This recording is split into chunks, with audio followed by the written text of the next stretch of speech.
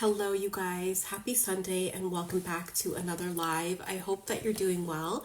I hope that you got a chance to check out last week's live. It was very informative, lots of information for you. And per usual, what I'm going to go through in today's live is I'm going to talk about some of the posts that I've made. I'm going to provide some insight and deeper clarity into that. And you guys know the drill. If you have any questions, feel free to drop it in the comment box on this live. If you're watching on YouTube, just leave a comment, or you can DM me or email me as well. Okay, and I'll be happy to answer any of your comments. It's a gloomy day today. There's enough lighting that I think I'm okay with. So let's get into it. One of the first posts that I made this week was about discernment. And I've talked about this so many times with you that I've said that discernment is a muscle here on your spiritual journey, and you're going to have to exercise it, meaning you're going to have to learn how discernment works and how to utilize it in your own life. A lot of the audio in that reel that I had made was saying that nobody deserves access to you, they deserve love. And that's true, right? You're not obligated to give. Hi Alim, how are you? Alam Bazaar, how are you? You're not obligated to give people access to you. You're obligated, or you're welcome to give people love. That's the only thing you should be doing. Nobody has the right or the privilege to have access to you unless it's earned. So again, that's up to your discretion, and that's for your discernment only. So you need to start practicing discernment in your life. A lot of you people have family members, friends, acquaintances, relatives who don't deserve to be in your life, but yet you've given them that access. So again, your heart is not a freeway, like the reel said, and your heart is not open for everybody. So again, you really need to determine and practice this muscle and develop this muscle of discernment and start utilizing it in your daily life. Let me know if you guys have any questions about that. Well done. Thank you. So again, a lot of people don't practice discernment, or they say that they do, but then they're not practicing it to a level where it's being exercised, meaning like you say you have boundaries with this family member, or you say you have boundaries with this I don't know, your spouse or whatever, but it's not being exercising, meaning you don't enforce those boundaries. So again, you can have discernment in your life and you can say that you have discernment, but are you really exercising the discernment? That's the question you need to ask yourself. Am I exercising the muscle? Just like how you think about when you're going to the gym and you're working out a certain muscle, let's say your glutes. You don't go to the gym for like a week, it's not being exercised, right? And then you feel like, okay, my ass is flat, right? And then you go another day and then you exercise and you work the glutes. It starts to develop the muscle again. It's the same thing here with discernment. You really need to work that muscle and exercise it, and then it will grow over time and it will start to function properly in your life, okay? So if you want a good way to think about this, equate it to your workouts in the gym, okay? Let me just put on this lighting. I feel like it's a little bit, I don't like the glow of that. Okay, so the next post that I had made was where I was talking about, I said, please share something magical that has happened to you if you're spiritual, right? And I had given 4 examples of things that had happened to me, and I want to elaborate on those a little bit more and share more about those experiences. This is the first time I've ever talked about these experiences live or vocally. I think I've mentioned them a few times, but I think I'm going to go in a little bit more detail here.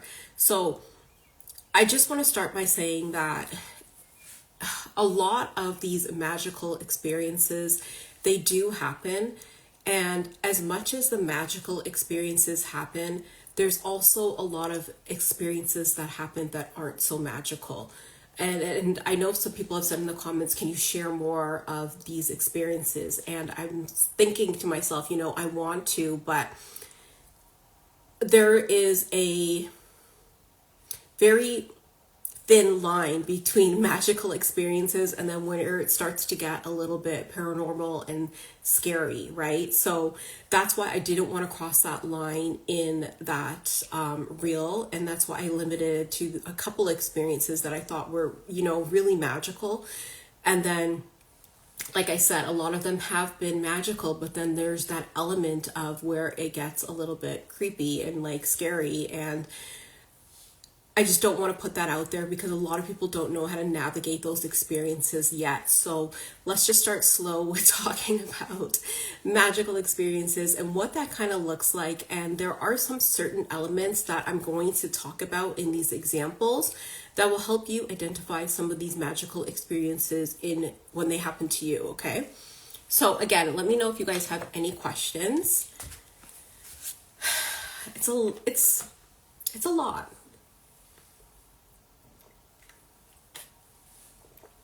Magical things do happen, and I'm going to share them with you. Okay, so the first thing that I had said was that I had encounters numerous times with source or God or the universe or whatever you want to call it. Yes, this is true, I did. I think I've had 3 occasions where I've met source or God, again, whatever you want to call it, and these were not expected, okay? This is not something that I sat there and I prayed about every day and I said, please God, come to me and reveal yourself to me. That didn't happen. There was no me initiating this contact. There was no me doing anything other than living my daily life to make this contact happen, okay? So let's just say that I wasn't going out looking for these experiences. Let's put it that way. They just naturally happened to me. That's why I say, you know, you don't need to do ayahuasca and all these things to have these experiences happen to you, because all of these experiences that I'm talking about or I'm going to share with you, a lot of them happened very naturally and very organically throughout my journey, okay? Let me just, guys, I feel like this light sucks. Put this light here. Okay, it's a little bit better. Okay, so again, I did not actively go out and search God or source and say, hey, come talk to me, okay? The way that it happened was in dream state, okay? So meaning I was sleeping. I was asleep. And like I told you, a lot of the times in my life, hi Optimal Water Distributor, how are you? A lot of times that I've shared with you guys before, a lot of these experiences happen in dream state where you need to figure out, is this a dream or is this a vision or is this some kind of encounter that is happening in the higher realms? And that's exactly how this had happened. I was asleep, but it was so real that when I woke up, I knew it had really happened in my subconscious, right? So what did it feel like?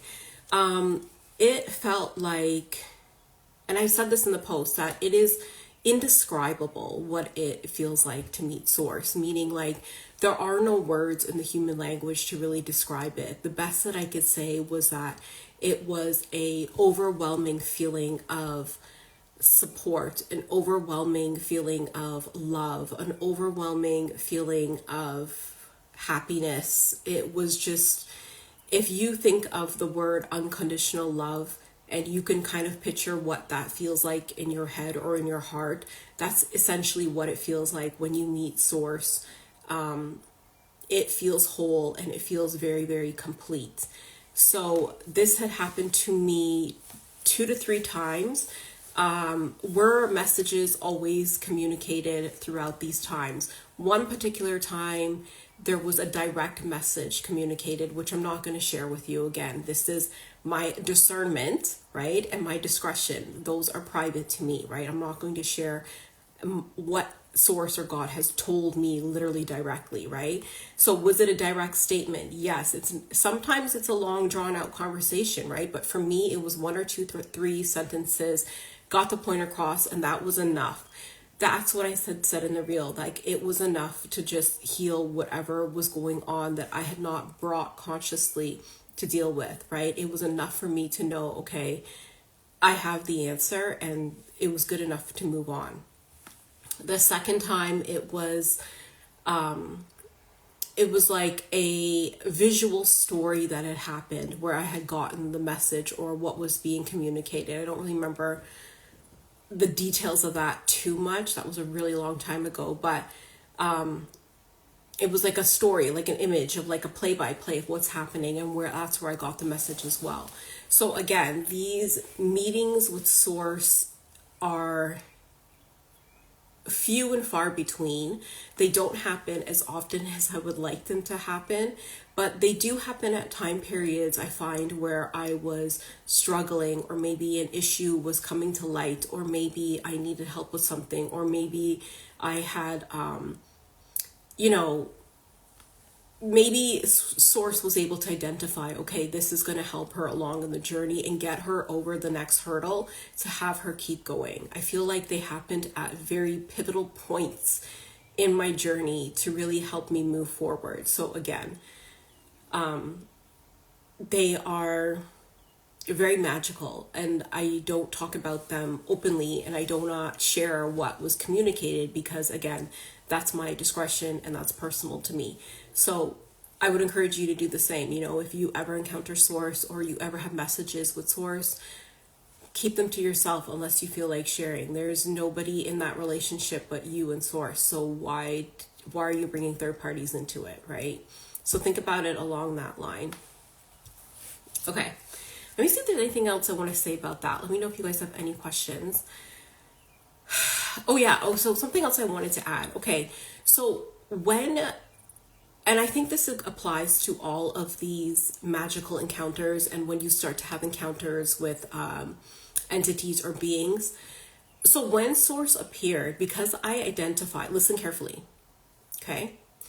Because I identify with the Roman Catholic religion, and I've said this before, source appeared to me as Roman Catholic figures. Okay, let's say they appeared as Jesus or the priest, or maybe I was in a church setting, or maybe I was in Jerusalem. Okay, it is going to appear to you so to not scare you. It is going to appear to you in a figure that you're comfortable with, a figure that is known to you. So if you identify as a Buddhist, or maybe you're Muslim, or maybe you're Hindu, or maybe you're Christian, it might appear to you in a figure that you resonate with, that you identify with, right? To be a higher source being.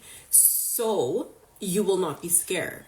Okay? Their source is not trying to scare you. They're not trying to freak you out. It will present itself to you in a way that you're comfortable and that you will know directly who you're talking to and what is happening. Again, they're not trying to scare you, and they will not approach you in that way where you're going to be scared or you're going to suffer more trauma. Okay, it's just not going to happen like that. At least that was my experience. It always presented itself to me as a religious figure, a religious archetype or something like that, and I knew exactly who I was talking to. And you're gonna say like, okay, well, how do you know you weren't really like talking to the priest? You will know by the feeling. You won't know by like, okay, like who you're speaking to, what they appear as. That will give you some sense, but you'll know by the feeling. There is no question about it. You will know who you're talking about to by the feeling. You will just know, if that makes sense. Let me know if you guys have any questions. You will know. There's not going to be any ifs, buts about it. It will be abundantly clear to you who you're speaking to. Okay, let's talk about the next one. The next experience that I had that was super magical was, it was my birthday. I don't know how old I was turning. I think I was in my 30s maybe, and I was thinking to myself, okay, I don't have any friends to celebrate with. The friends that I do have, they probably don't even care. And mind you, this was on my doing. This was not just because I didn't have friends. I had friends who I had cut off because they no longer resonated with my journey. A lot of them were losers, no offense, but they weren't going anywhere, right? And I had made the conscious decision I need to cut these friendships off. And if that meant being alone, then I was okay with that. And it was around this time where a lot of friendships were ending, and a lot of girlfriends I had been friends with for years, I had to cut off. And was it lonely? Yes, it was very lonely. And I was thinking, I have no one to celebrate my birthday with. This is so stupid. This is such loser behavior. What am I doing? I've literally just cut everyone off of my life. And I remember thinking is this what it's going to be like from now on? And I had went to sleep, and I remember I went to sleep and I had a whole spirit team show up. Okay. And a lot of them were like, it was like 25 people, okay? Like, and a lot of these were like animals, creatures, like a whole army of like spiritual teams. I don't remember a lot of them, but the one person that I remembered for sure, and okay, and like, I'll give you what the vision looked like, okay? Not the vision, I don't know what else to call it, but the encounter, okay? Let's call it the encounter. Mind you, this is happening in dream state, right? I'm seeing this clear as ever. They're like marching down into where I live, into, you know, the sidewalk or whatever. They're marching down the street, and in this group is this witch, okay? And I say witch and I put it in air quotes in the post, because this is not, it was your typical witch in the sense of like, she had that black hat and she had like her little black costume, and like she had a broom, I think. But I remember this witch the most because she was so silly. Like, she was just the silliest little witch. She was just like jumping around. She was so bubbly. She was like, you know, like, yay. Like, she was the leader of the pack, and she was so happy that it was my birthday and that she was able to come and bring all these other people on my spirit team and on my spiritual side with her. And I remember them all just like bubbling down the street, like bouncing around and like coming to wish me happy birthday. And I'm like, I didn't even know I had a witch on my team, but like, I was just like, okay. And like, that's what stuck out about her the most, was just her, she was just happy. And that's why I say it wasn't your typical witch, right? Because when you think of witches, you think of like, ooh, they're evil and they're scary, and they're like cooking up a little spell in their cauldron, and you know, they do all sorts of crazy shit. But it wasn't like that. She was just very giddy. She was just super happy. She was just a very jolly witch. And that's why I say, like,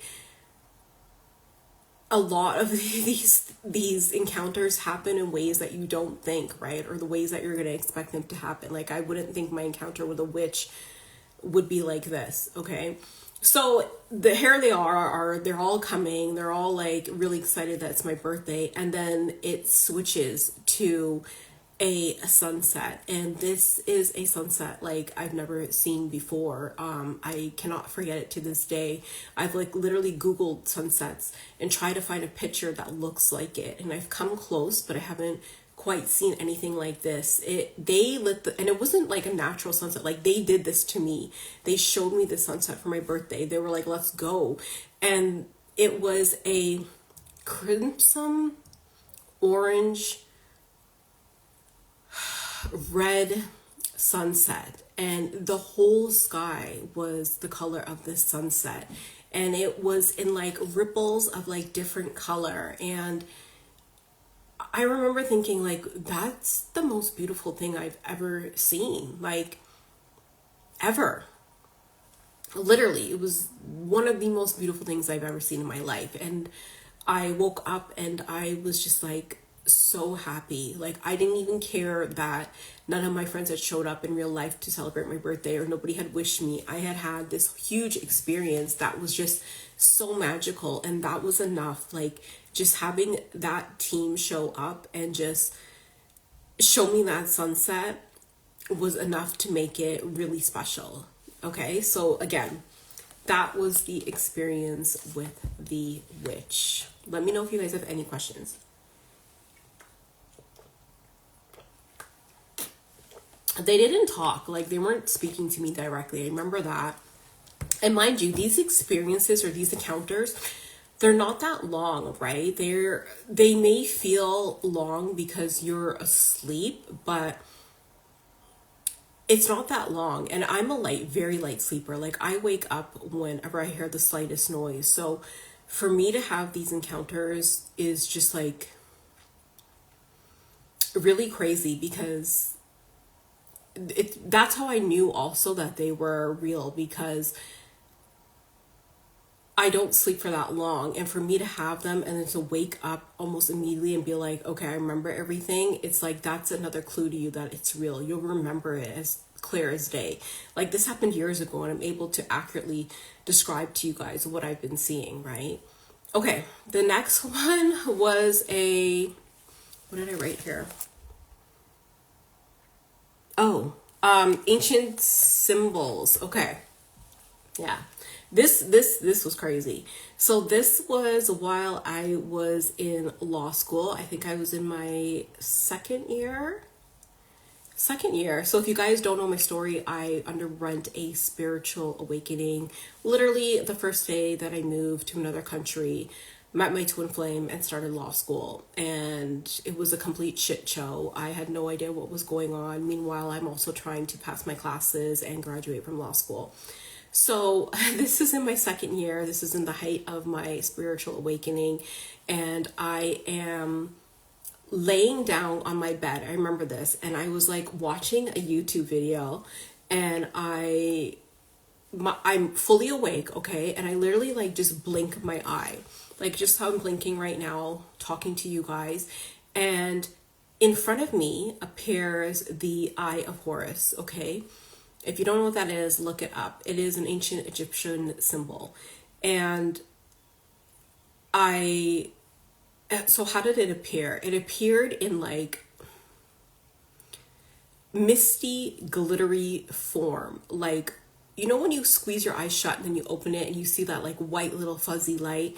Take that white little fuzzy light, amplify it so that it's clear and it's present when your eyes are open, and it's just glittery and shimmering right in front of you. Okay, so I'm seeing this, mind you, I'm fully awake and aware of what's going on, and I'm seeing this glittery symbol. It was like a golden whitish color glittering in front of me, and I'm like, okay, there's just something in my eye. And I remember thinking like, let me just blink my eyes and clear my eyes and it will go away because I wear contacts. I did that 2-3 times and the symbol was still there. So I cleared my eyes and the ancient Egyptian symbol was still there in my bedroom while I was in law school. And it lasted for a few seconds and then it went away. Hi, Michelle, Angelina, how are you? And then it went away. Just like that. As soon as the symbol appeared, I saw it, I looked at it, I thought it was fake, I tried to make it make sense, and then I realized it was real, it went away. And I was like, okay. Since that time, have I seen other ancient Egyptian symbols? I've seen maybe like 2 or 3, but this is the one that was the absolute clearest to me. And then I remember my mentor at that time was like, you need to look it up and see what it means. And that's exactly what I did. I looked up the Eye of Horus, I researched it, I figured out what it meant and why it had appeared to me at that time in my journey, and it made complete sense. This is why I always tell you guys to keep a journal and to keep a record of what you're seeing so that you have a reference point to always look back and be like, okay, this happened at this time and this is why it happened. I wasn't doing this at that time because, mind you, like I said to you, I was in law school, so I was focused on just trying to pass that classes. I didn't really give a lot of my attention to my spiritual journey like I should have. But now in hindsight, I could see that maybe that's something I should have done. So that's why I'm telling you to do it now. But yeah, that was the ancient geometry symbol, or the ancient Egyptian symbol. And I still remember it to this day. I've never seen it again, but I've seen other symbols. So it was a really cool experience. The next magical experience was my first encounter with so-called aliens. And I know that there's this narrative that aliens are bad and they're scary and they're, you know, these big googly eyes and this egg-shaped head. And okay, those are different types of aliens, okay? There's different species. Let's get that out there. There's different species. So what had happened to me was I was asleep. So again, this experience is in dream state while I'm sleeping. And I had felt I think it was 2 beings in my presence. Okay, so again, in my bedroom while I was in law school. And they appeared in light form, light body. Some of these alien species are, I don't know how to explain this to you guys because you have to understand alien species and how they work, and you have to understand how they appear. But some of them appear in light form, and the ones that appeared to me appeared in light form, meaning that they are like energy. So they appeared as a blue light. And I was not familiar with a lot of alien species at this time. I was just familiar with, I knew there were the Greys, I think, at this point. But I was able to identify this species almost immediately.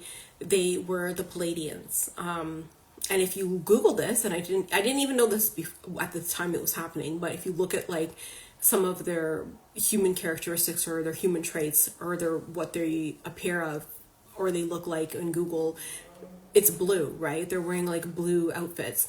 And the planet that they're associated with, I think, has a lot to do with blue. So again, it was a blue light form energy, two of them, and they were communicating to me through telepathy. And they were telling me things. And I remember exactly what they said. Again, it wasn't like a huge conversation. It was just very like to the point, very direct.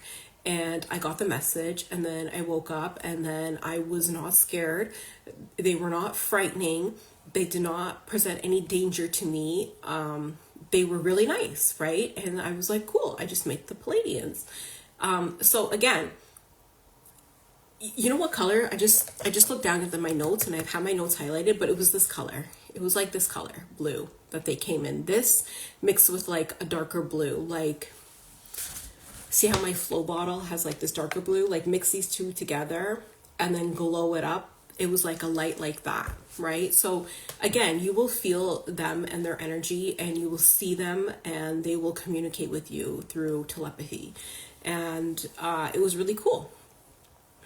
And that's how I realized, okay, this narrative all the time that like aliens are talking to you or like using their voice, some do, but like most, it's through telepathy, right? And the message you receive, you will not forget it. If you go back in history and you look at some of the stories where people have encountered aliens, like I remember there's one story, I think there's a bunch of school children in Africa who encountered aliens in a spaceship, and they said they were communicating through telepathy, and nobody believed these kids.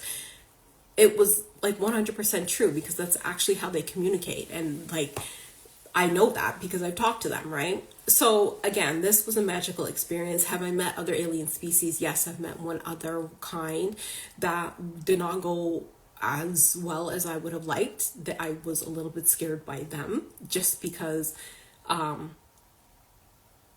by the way they looked, but like their behavior. Like, mind you, their behaviors, they don't follow social norms, right? Like how we do as humans, right? They're not going to come and be like, hi, shake your hand, nice to meet you, Michelle. Like, they're very like, I don't know, their behaviors are different, each species. So again, the second time I was a little bit like, what the fuck? Like, but this first time with the Pleiadians, I was not scared at all. And like I said before, it was really cool. So those were the experiences that I had. If you guys want to share any of your experiences, then let me know in the comments, or you can just, you know, share it with other people, or leave a question or anything like that if you have further details or questions. Okay, that's a lot.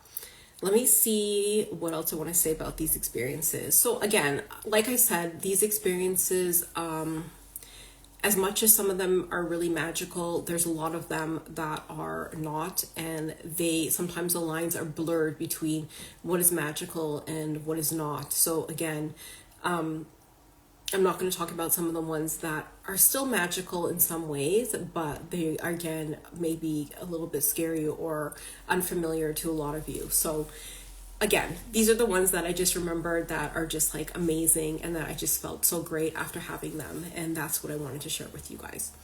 Okay, the next post that I made was propaganda, spiritual propaganda that I'm no longer falling for. So there's a huge list of them. You guys could read them, but I wanted to go through just a few of them because, what's the time? Maybe we can go through a little bit. I kind of want to go through all of them, but I feel like it's just going to get really long. So maybe I could go through all of them and just say a couple words about them. Let's just do that, okay? So the first one is, you're not evolving if you're suffering. This is not true. I'm never falling for this again. You do not constantly have to be in this state of happiness or this state of like, wholeness, where you feel great, and that's where you have evolved and that you've been. It's saying you're not evolving if you're suffering. Okay, that's just like not true. Like, don't fall for that. You don't have to constantly be in this. Okay, let me just break this down, because the way that it's worded, it sounds kind of funny. You're not evolving if you're suffering. You are still evolving if you are suffering. Okay, this end goal of like being happy, like I was saying, being in this state of like, I'm complete, I've done all my work, I've done all my healing, that's not true. You can still suffer and still evolve at the same time. In fact, it is through the suffering that leads you to evolving. Okay, a lot, and this is gonna, like, surprise to a lot of you, a lot of spiritual awakening ascension is suffering. You're going to suffer through many aspects of it, and a lot of people don't talk about that. A lot of spiritual awakening and ascension is not great. It's not fun. A lot of it is hell. A lot of it is suffering, right? A lot of your life changes. It's a complete makeover of your lifestyle. So there is suffering in that, but there is also ascension and evolving in that. So this narrative that, like, you know, you can't suffer is insane. Like, I don't even know where that came from, because a lot of it is suffering to some aspect. That's it. Okay, next thing, propaganda I'm not falling for is that you attracted this bad thing. That's not true. Okay, a lot of people say this law of attraction, you know, you somehow attracted it. You somehow attracted your mother dying. You somehow attracted a car accident. You somehow attracted, I don't know, losing your job. Maybe, okay, maybe there are some external factors that have happened where your influence led it down the line to where you lost your job, or, you know, you neglected something. But in most cases, or like in some situations, accidents happen, mistakes happen, right? That had nowhere to, or nothing to do with you. Let's say somebody's father got in a car accident and you're at work. How did you attract the accident that your father was in, right? Maybe your father did something directly. Maybe he wasn't operating the machinery that he was doing well enough, and then he got in an accident, but it has nothing to do where you've attracted to it, right? You really got to like stop saying that everything is, you've attracted it, everything is, it's just not logical, right? It's just not logical. There's cause and effect for certain things. But again, if something is so far removed from your area of awareness or your life, you can't say that you've attracted it, right? If you try to connect the dots, there's some break in the causation there where it's not directly linked to you. So again, that narrative really has to stop. You've not attracted every single bad thing in your life. Some things are unfortunate and some things happen. Some things are the result of your environment. Some things are the result of, you know, external factors that you don't have any control of.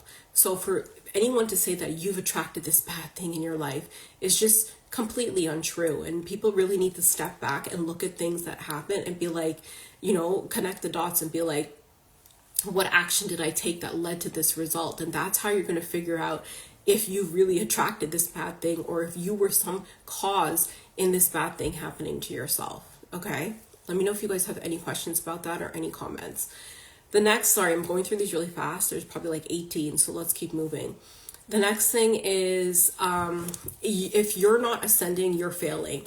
Okay, I don't know who said this, but that's not true. You're not failing, okay? And I know I've said it too sometimes, that like, you should be ascending, you should be doing this, or like, yes, right? Because you should want growth for yourself. You should want to evolve. You should want to experience something new than what's going on in your everyday life. That does not mean that you're failing. And I know there's also this narrative that like, you will be left behind, or you're behind. And in some ways, that is true, right? In some ways, you're not going to be left behind, meaning like everyone's going to physically be somewhere else and you're going to be stuck here on earth. That's not what it means. But it's left behind, and I'm putting them in air quotes because it's figuratively speaking, meaning that you've not grown, you've not developed, you've not broadened your mind, right? You've not awakened to other experiences and different realities.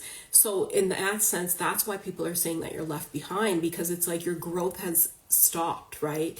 You've never really expanded. And I remember I had made a comment on somebody's TikTok where they were talking about, this is an example.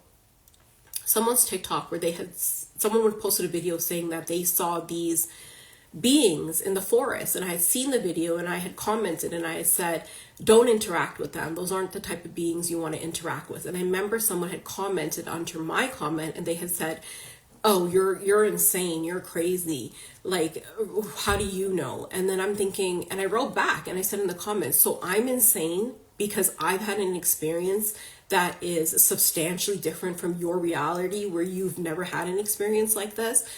Like, that's insane. That's insane that you lived your entire life and never had an extraordinary or magical experience. Like, you've lived your basic life the entire time, and it's bizarre to you that someone has experienced something different than what you've experienced. That's insanity. Look up the definition of insanity. You're literally doing the same thing every day of your life and never experiencing something different. You're insane.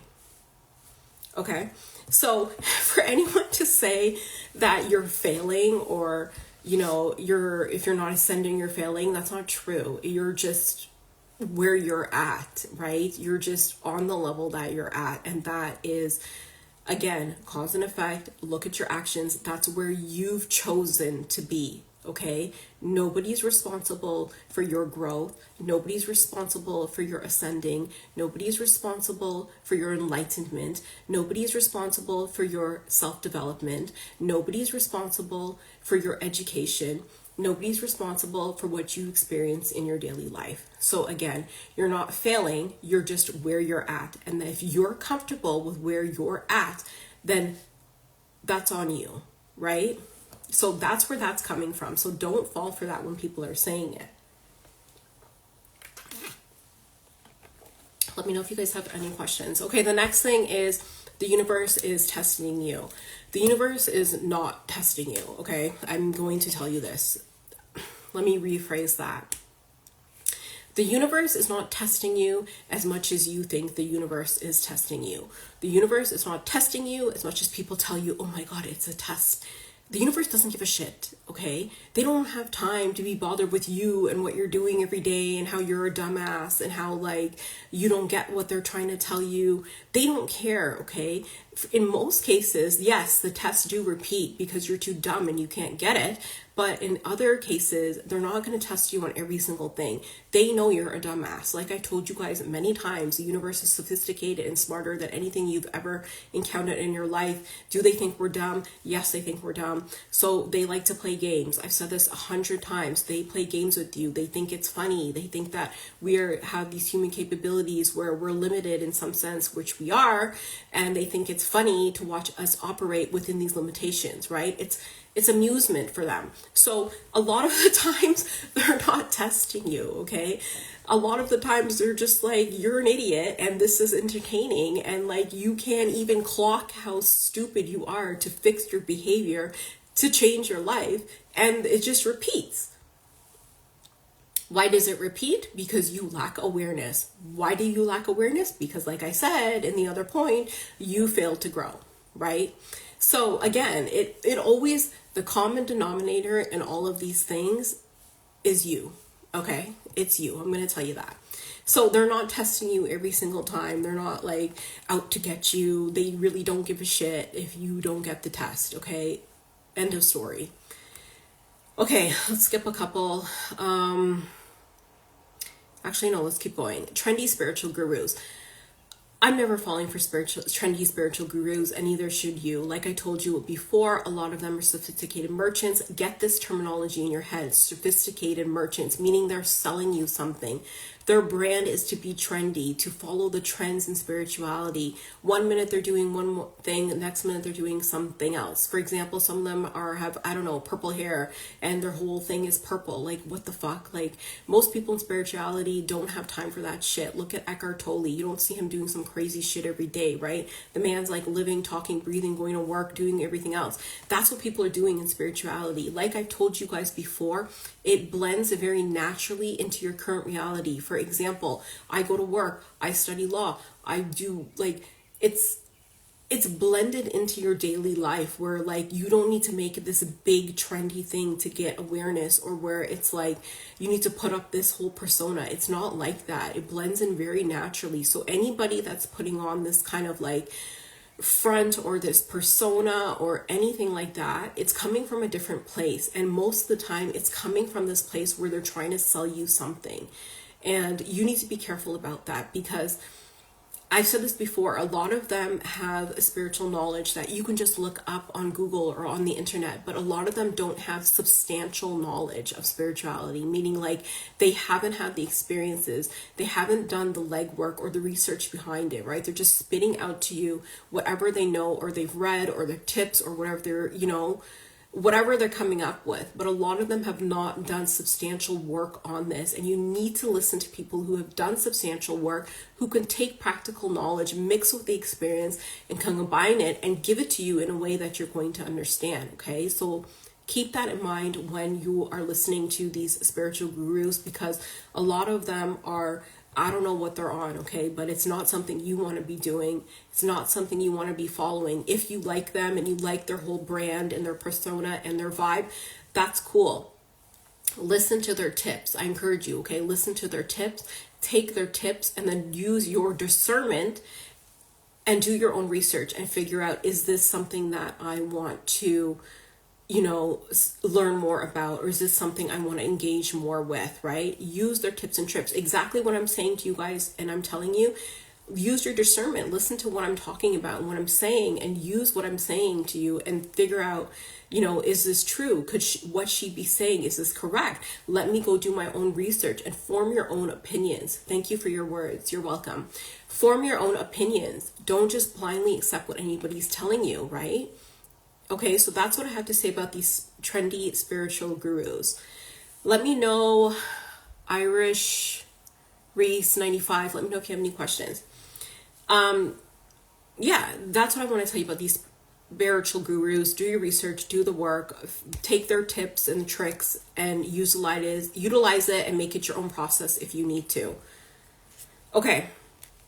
Let's keep it moving. We've got a few more. Healing as the end goal. Healing is not the end goal, okay? Healing is a byproduct of your spiritual journey. For anyone to tell you healing is the end goal, it's just not true. That's not the end goal. Like I said, it's a byproduct. It comes about your spiritual journey, that you have to heal certain aspects in order to move on. And you also hear this narrative where people are like, oh, you're not healed yet, you can't get married, or like, you're not complete yet, you shouldn't be dating a spouse. It's not really like that. What is the end goal? The end goal is for you to develop yourself and become someone who has come back to themselves, if that makes sense. Okay, I've told you before, it's not linear. It's really a circular kind of experience, right? It brings you back to yourself and back to your wholeness and back to your power, where you're comfortable in the life that you've created and that you've lived, and that's where you find the happiness. That's the end goal. The end goal is not become this healing person. A lot of people are still not healed. And how do you determine healing, right? There's no set way to determine if someone is healed or not. So for people to tell you that that's the end goal is just insane. It's just, you can't measure your healing. There's no figurative goal. Do you think there is a persona towards spirituality? You mean like a persona for gurus or people who are teaching it? Is that what you're talking about? I don't think there's a persona towards spirituality, or do you mean like people who are inclined to be on the spiritual journey? Do I think that there is a type of person that is being, can you elaborate on your question?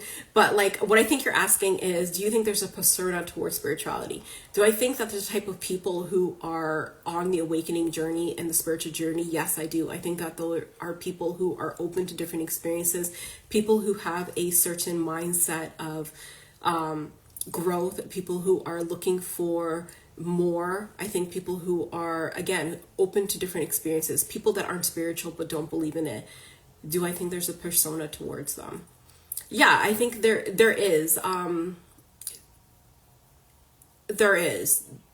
people who aren't spiritual but don't believe in it, they're typically the lower to middle class people who are consumed with, if you watch the last live, I've talked about it, they're consumed with low vibrational things, meaning like political, the political arena or religious aspects or things like that. And I said in the last live last week, if you listen to what people are talking about, that's the number one indication of where they are at.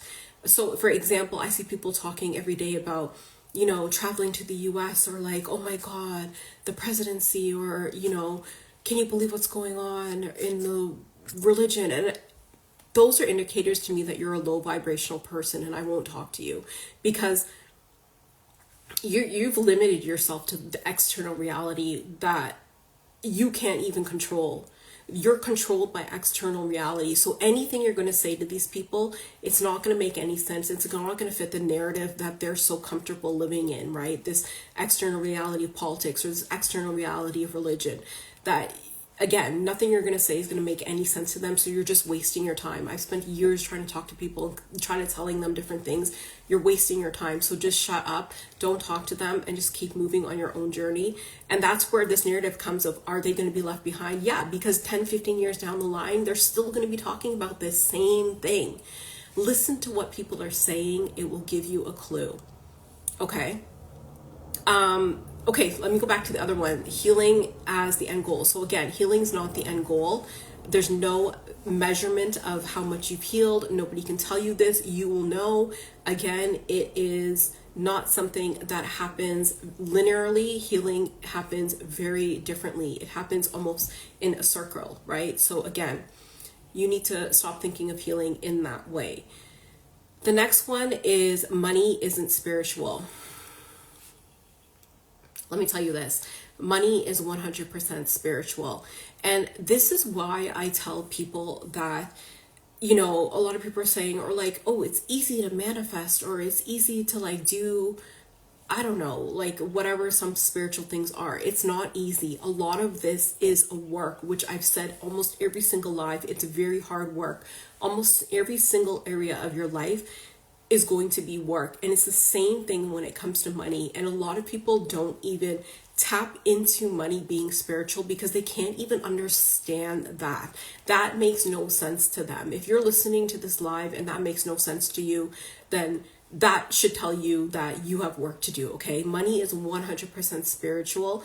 You need to research this and you need to figure out. There's only maybe one other person that I think on social media who kind of has this locked in, but like other than that, a lot of people are touching on it, but they're touching it on the very basic level. There's a lot of depth to this. There's a lot of uncovering when it comes to this, and there's a lot of work when it comes to understanding money as being spiritual. Interesting. Yeah, it's all really interesting. So I don't even want to go into this because it's just so loaded, and I can even tell you right now, like, I understand it, but I don't understand the complexity of it. I'm still figuring it out, that, like, and that should tell you, like, how complex it is, because I'm not an idiot. Like, I have a law degree, like, and I still can't figure this out. It's just so complex. It is so deep, and it is so, there's just so much into it that you really need to take the time to learn this. And will your finances exponentially jump and improve? Oh, 100%. If you can master this 100%, you're on another level. I'll tell you that right now, especially for a man, because a man is able to, because the masculine is in the 3D world, he could call the money in. I don't want to say faster, well, maybe faster than the feminine could, right? So again,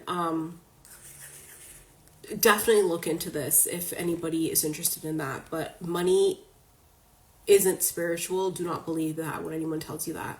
The next thing is spirituality and science are opposed or require choosing between. That's not true, okay? They're not opposed. They are two different fields and professions that have their own theories and set ways of doing things. There are a number of books by surgeons. There's one that I read before. He was a surgeon who, I think, like died, and then he like woke back up, and then he had all these spiritual experiences. There's also another book, I think it's by Anita Moorjani. She had another experience. Like, a lot of people, they're now saying, right, they're all now coming out with it. A lot of doctors in the profession are scared to talk about these things, but have had experiences. A lot of them have witnessed magical experiences or paranormal experiences that they can't explain scientifically, because that's all their mind is trained to do. If you want an example, it's like, think about me when I was telling you I was in law school and I'm training to become a lawyer, and all I thought about was like legal aspect in the 3D world, and all of a sudden I'm having these experiences while in law school, and I could not figure it out because I was on a one-track mind of like law, legal, living very 3D based life, that I could not even understand then this reality existed. And it took me the longest time to figure out how to blend the 3D reality with the spiritual reality and how to make them coexist in my life. It took me a very long time. So imagine how long it's going to take a doctor to figure this out, or imagine how long it's going to take. Think of another profession, right? An engineer or anyone else that has been trained in a specific way to think a specific way and to react and to process information in a certain way. Present them now with this whole thing of spirituality. It's going to be very difficult, but they are not generally opposed. A lot of them are blended, and you don't have to choose between the two, okay?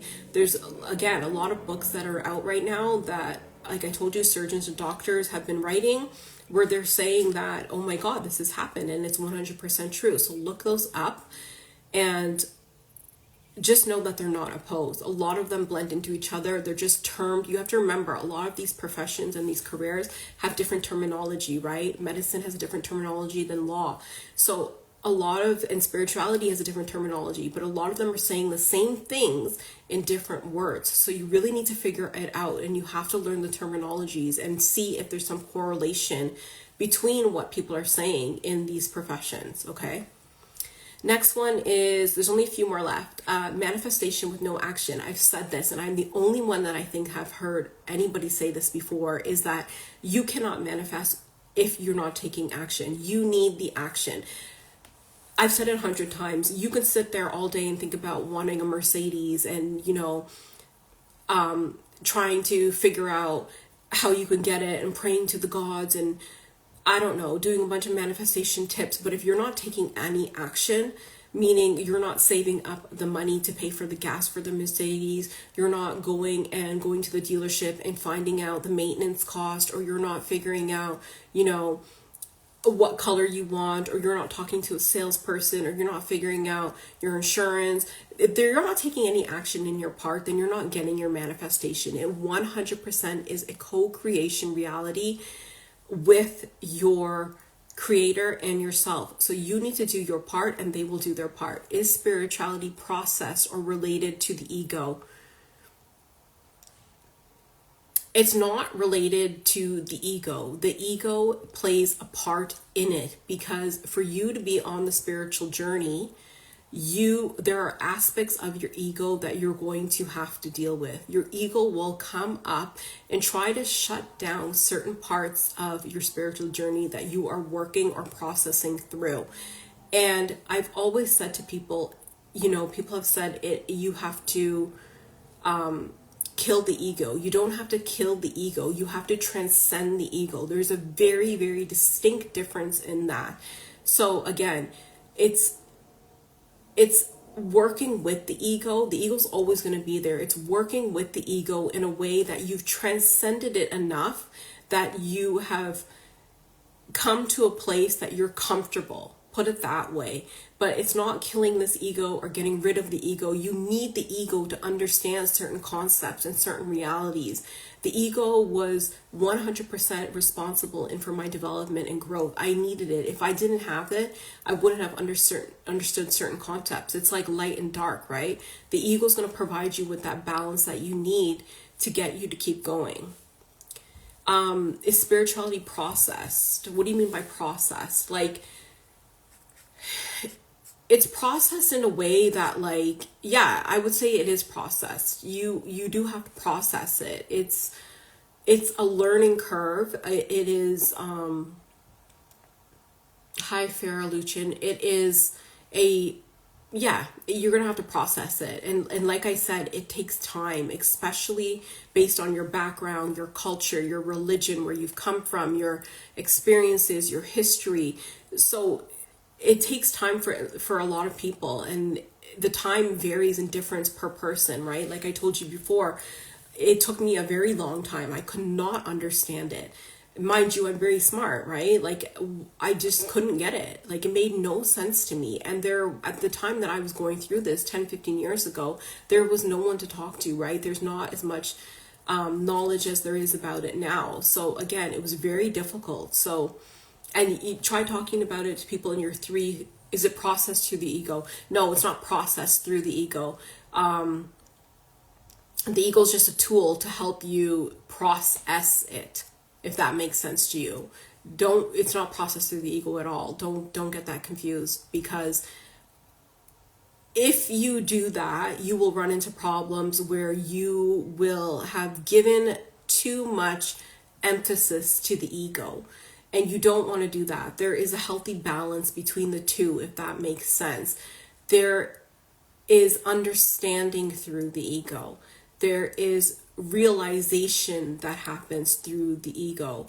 There is a clarification that happens through the ego, but it's not necessarily processed through the ego. This will make sense to you probably later when you start to realize, if you look at it, you will start to realize what I'm saying, that it's not directly processed through the ego. It's the ego that shines the light on the other side of the coin that helps you understand the process. Does that make sense? Let me know if that makes sense to you.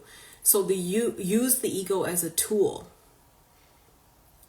to get you where you need to be, right? I didn't focus so much on the ego. The ego was there and it showed up, and I acknowledged it and I used it for what it was. I used it to understand certain aspects and certain concepts.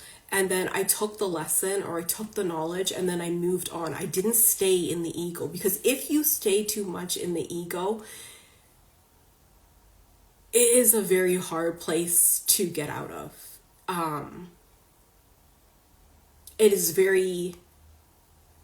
It could turn very dark, and it can turn very deep.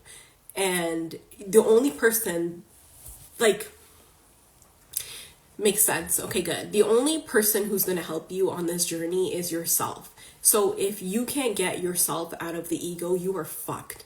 Okay, I'm just going to put it that way. And that's why I say you don't want to stay there for too long. You don't want to be doing too much, like focusing on like ego work, or like trying to understand the ego. Like, you will understand it as a byproduct of moving on your spiritual journey. Okay. But again, you don't want to focus on that, and you don't want to get stuck there, because you could be stuck there for years and not even realize it, if that makes sense. Okay. So manifestation with no action. Oh my God, the next one is a good one. The next couple are a good one. The manifestation with no action, again, is just not possible. You need to do your part, like the co-creator is doing their part. Okay, I'm losing some light. But again, you need to be taking action on your part, you guys. Your manifestation isn't going to happen if you're not doing anything. Does that make sense, Irish Reese, what I said about the ego? Okay, the next thing is all ancestors are healed. Okay, your ancestors, how can I talk about this? There's this narrative that when your ancestors have died, they are healed and now they can help you here in the 3D world. That's not okay. There's a part of that that's true. Yes, they can help you here in the 3D world, but they're not necessarily healed. Okay, if your ancestors have died, nice and smooth explanation, thank you. If your ancestors have died and they died, okay, let me put it this way. Your ancestors have died at the level that they're at. If your ancestor had zero education, was like, I don't know, a fucking farmer, and like, you know, I don't know, like that's the level they're at, right? If your ancestor was a lawyer and they, went to school and they had a healthy career, that's the level they're at. So your ancestors died at the level that they're at. And what I want to tell you about this is that your ancestors have not healed. You need to heal for your own bloodline. And I'll give you an example of this, of where it will make sense. Someone was talking to me about the success of Alex Earl, right? The social media influencer, and how she's doing so well and she's very successful and making $70,000 brand deals. And I said, yeah, because her ancestors are helping her. And they're like, well, what do you mean? And I'm like, look at her ancestry down the line. Look at her father, right? He is doing a lot of work for his generations to come, for his legacy. Look at her father's father. Look at her mother. Look at her grandmother. Go down the line. I'm going to go off. Go down the line of your lineage. Go back 10 years, go back 15 years, go back 25 years. Who was doing anything for your generation? Who was doing anything for your familial lineage? I'm going to tell you right now, some of you, your grandfather wasn't doing shit. Your grandmother wasn't doing shit. Your aunties wasn't doing shit. Your uncles wasn't doing shit. Some of you have grandparents and relatives ancestors who were alcoholics. Some of them were drug users. Some of them were wife beaters. Some of your ancestors weren't doing shit. And that's why in your lineage, nothing ain't happening for you. Because your ancestors did nothing for you. That is why she's doing so well, right? Her ancestors, through time, through her lineage, have been doing stuff. Her parents have been doing stuff. Look at your own parents. Have they done anything for you? Some of your own parents have set you back 50 fucking years and you don't even realize it. Some of your parents have done nothing for you, for your lineage, for future generations. They have set you back 100 years. So again, not all your ancestors are healed. And you need to look at your ancestral lineage and figure out, where the fuck did they go wrong? And then you need to fix it for your own lineage. If you cannot fix it, then it will continue to repeat. And that's why I said the universe is not testing you. It's just repeating what's already there. Because nobody has taken the time to bring conscious awareness to it and fix it. So when you point to these people who have successes or have created legacies for their families, it's because their lineage is continuing that. They're able to recognize it and they're able to carry that forward. Alex Earl will now carry that forward for her children, her children's children. She's doing something for her future lineage. Do you see what I'm saying? Like, so that's when people are saying, well, nothing's happening for me, like, oh my God. Did your parents give you land? Did your parents give you, I don't know, like land is a perfect example. Some of these people in their lineage have passed land down through generations, right? Like, you have to think about it really in a way where it's going to make sense, because if you go back and you trace the lineage, you will see how everybody fucked up. And then it will come to you, and then you need to start asking yourself. And the realization is going to hit you like a ton of bricks, trust me. And it's going to be like, oh my God, what have I done for future lineages? If you're just working a 9 to 5 and thinking that's enough, then it's not enough. I'm going to tell you right now, it's not enough. So again, you really need to figure out where you are at in this lineage. Who was before you? What have they done? Has it benefited you? And like I said, some of you had nobody doing anything. So now it's falling on you, right? So what are you going to be doing forward for that? How can you heal this lineage? How can you heal for your future generations? So that's when they're saying all ancestors are healed. It's no, they're not. That's why if nothing's working out for you and you're praying and like maybe your ancestors aren't helping you, because they can't. Some of them have very low rankings in the 5D, in the higher realms, where they can't do anything because they have no leverage, because they did nothing to heal themselves. They did nothing to gain any sort of recognition where they can move mountains for you here in the 3D world, right? They have no standing, is what I'm saying. They have no, your ancestors have no standing in the higher realms to help your ass. That is what you need to know. So are they healed? No. That's what I want to say about this. And people do not understand the depth of this at all. Okay, the next thing, this one is loaded. The next thing I'm not falling for is the patriarchy. This is loaded. If you're a man and you're watching this, you need to understand this. The patriarchy, I don't want to talk too much about the patriarchy, okay? Because it's going to set people off. I know that, and it's going to trigger people. But what you need to understand is that, yes, the patriarchy has power. Yes, the patriarchy has influence. But it's what I want to point out to you is that you also need to look at the mother figure. And I've talked about this in the last live. The mother figure is the key. You need to start understanding the mother dynamic, the feminine role, and that energy. The mother is a portal. She brings life onto earth. If that doesn't tell you anything, then you have work to do. You need to start to understand the matriarch. You need to understand women and the power that they hold and the ways that they operate. Like I said before, the masculine, the patriarch is typically operating here in the 3D world, meaning out, working, doing stuff like that. But the feminine is operating in the spiritual realm. A lot of what is being done is in the spiritual realm.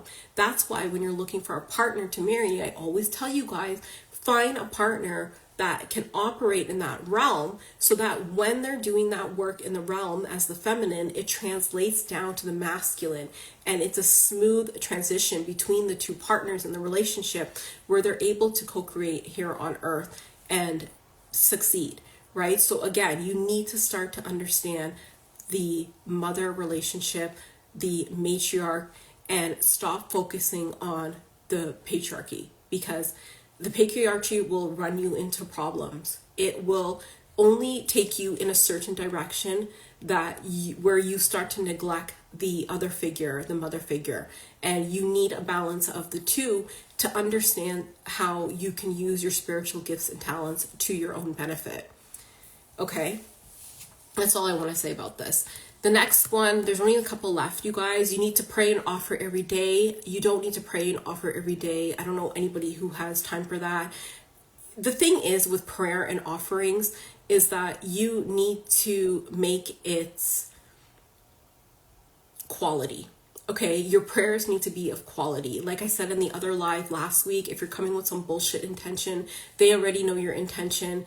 They know if you're just trying to get something from them. They know if you're just trying to win the lottery. They know everything. So don't come with some like false disguise or false intention of like what you really want. You need to have the quality behind it, and your offerings need to be something that is pure, right? Like a pure offering, something that is going to have spirit or your ancestors or God or whoever you're praying to, have them appreciate what you're praying. Hi, Kimmy Ray 84. So again, offerings are different. And offerings can be anything. It's up to you to figure out and to know what kind of offerings they want or that you feel called to give. For example, some of my offerings are like flowers. It doesn't need to be like sacrifice. Like I see people saying like, they're sacrificing like animals and lambs and shit. Okay, like if you feel called to sacrifice an animal, then you need to really look at like where you're getting your information from, because nowhere in spirituality does it say that you need to start sacrificing animals to get to anywhere or to achieve anything. Okay, that's just complete nonsense. So again, that's why I say do your own research. The next one is, so again, you don't need to pray and offer every day. The next one is every single thing is a sign. Every single thing is not a sign, okay? Let me tell you how signs operate. Signs operate so that you do not, like, you're not looking for a sign. Signs just naturally appear to you, and then you're like, oh, That's a sign. Some people go around every day and they're like, oh my God, that's a sign. That's a sign. That's a sign. You should not be looking for a sign. The sign will just appear to you. If that's an indication that something is not a sign, if you're going around looking for it. Okay? Replay that. If you're going around looking for it and pointing out that everything's a sign, it's probably not a sign, because signs are far and few between. They don't happen every day. They happen once in a blue moon. But what you can do is you can ask for a sign.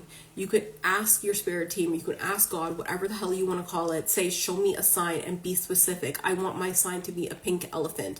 You will see a pink elephant, right? You can ask for a sign. That's why if you're direct like this and you don't play games, you're going to get what you want, right? Because you're coming to them with the respect, and you're saying, this is what I want to see. They will show it to you. They're not going to be out here playing games with you and showing you signs all over the world.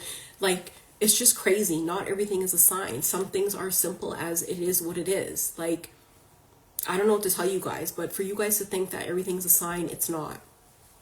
You're hardly going to see signs. Rarely do I see signs. Only maybe like once every 2 months will I see a sign. Sometimes I ask for signs, and then do I get the sign? Yeah, right? So again, that's just crazy. The next one is, there's only 3 more. Fear of evil eye. Listen, propaganda I'm never falling for is fear of evil eye. Okay, how do I explain this? Like I said before, as much as there is this greatness and wonderful things about spirituality, there is another side of it that is very dark, and where people have ill intentions and people are very malicious, okay? But you should not be afraid of the evil eye. And I will tell you why. Because like I said in the ancestral part of this live, where I was talking about your ancestors, I'm trying to figure out how to explain this as clear as possible. Okay, I got it. The amount of work that you're doing, like I was talking about in the ancestral part, will give you rank, right? It will give you rank. Is this rank openly stated? No. But will you know the rank? Yes, you will have an internal inkling of your own rank in the spiritual realm. Once you have reached a certain rank, certain things will not affect you. Certain things you will be able to overcome easily than other people. Certain things will no longer bother you because they are taken care of on your behalf because of your ranking. Does that make sense? It's like the more reps you put in, the more of the benefit is going to come to you. So was there a time that I was afraid of evil eye and all of these kind of things? Yes. But at this point, I'm not afraid of it, right? Or I'm not afraid of any bad things really happening because I know my rank. I know the level of work that I've done. I'm comfortable at a place where I could say, okay, God, or okay, Spirit, okay, universe, I need this to be dealt with, right?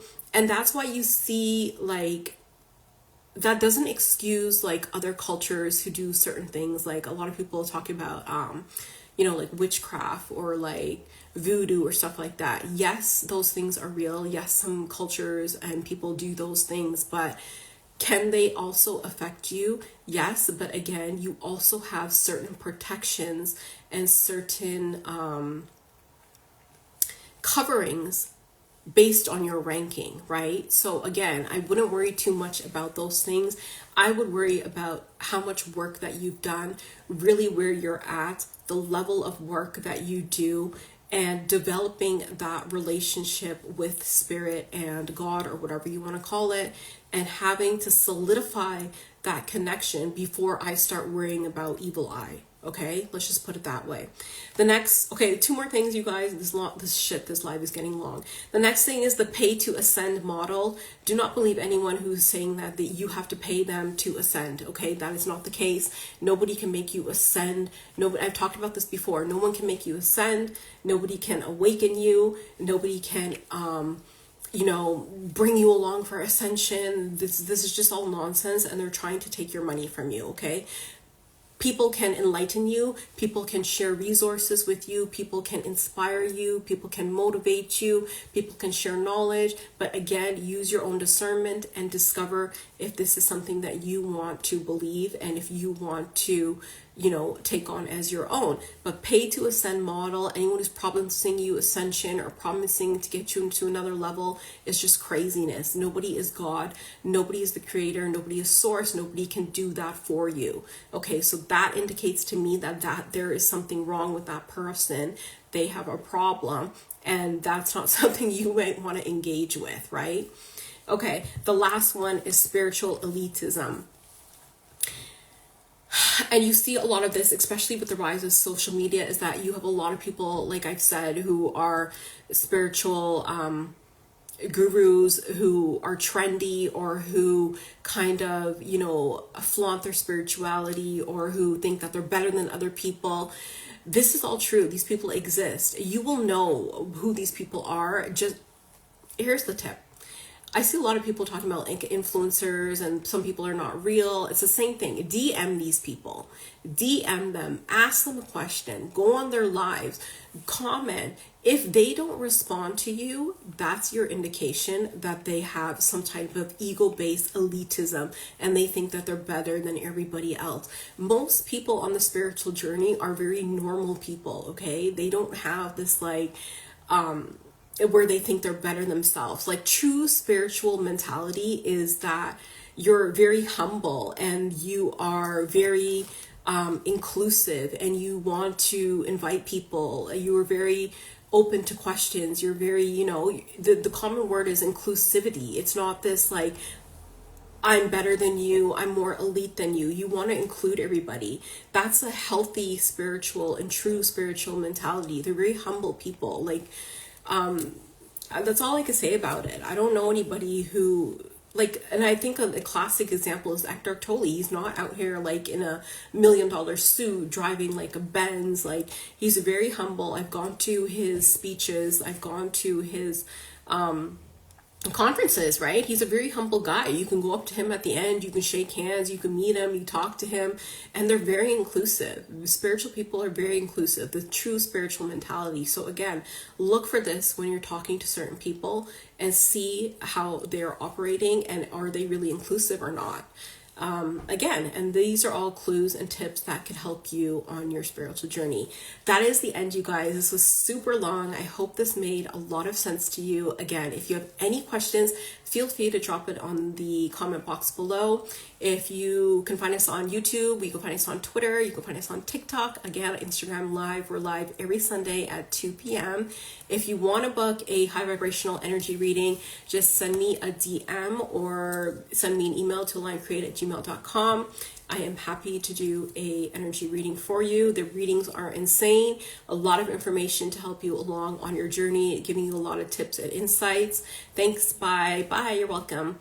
And again, spiritual mentorship is open, and sign up for our email list. The link is in bio. You can sign up for the Sovereign Circle broadcast channel. It is free. Link is in the bio. And that is it, you guys. I will see you next week, Sunday at 2 p.m. Bye.